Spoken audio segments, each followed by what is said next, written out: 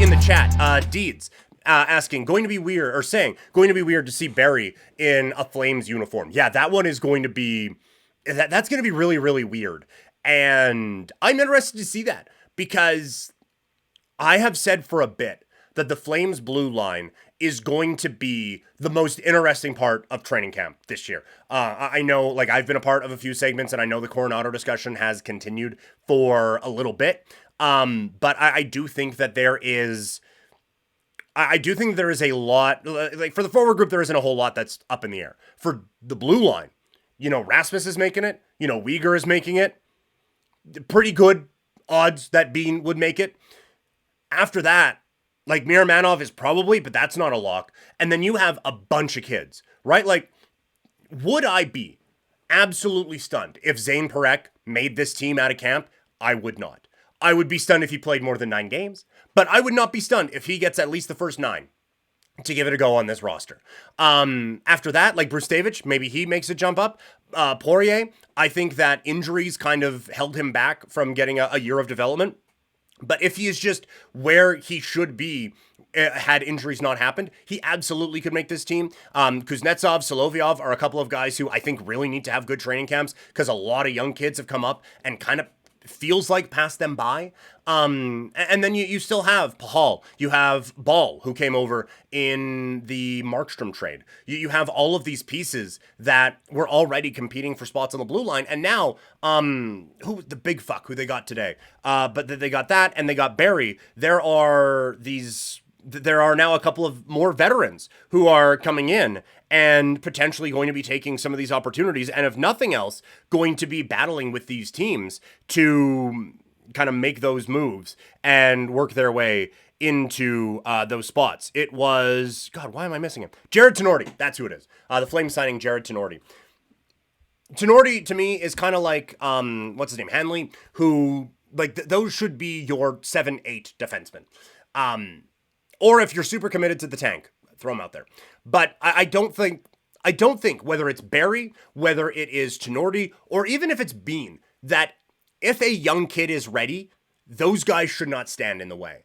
But I do think, like, looking at the power play, Miramanov I thought was good on the power play last year, but you put Barrie out there with Kuzmenko, Huberdeau, and some of those guys, all of a sudden that's a pretty good power play. And again, if nothing else, what does every team look for at the trade deadline?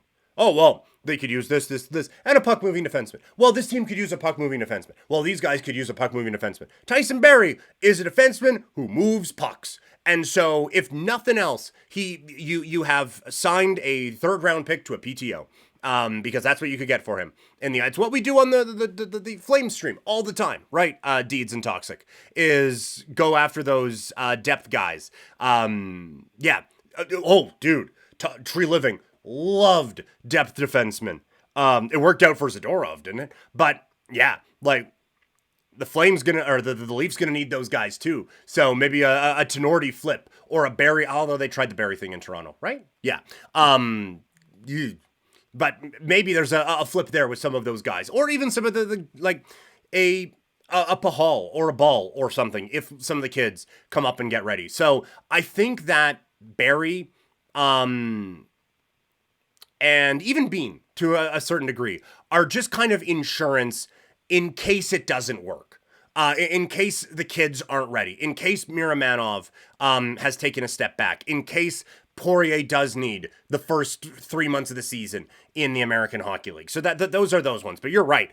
Seeing a Barrie uniform, even if it's just the preseason, is going to be a real weird thing to see out there for the upcoming year. So that is going to do it.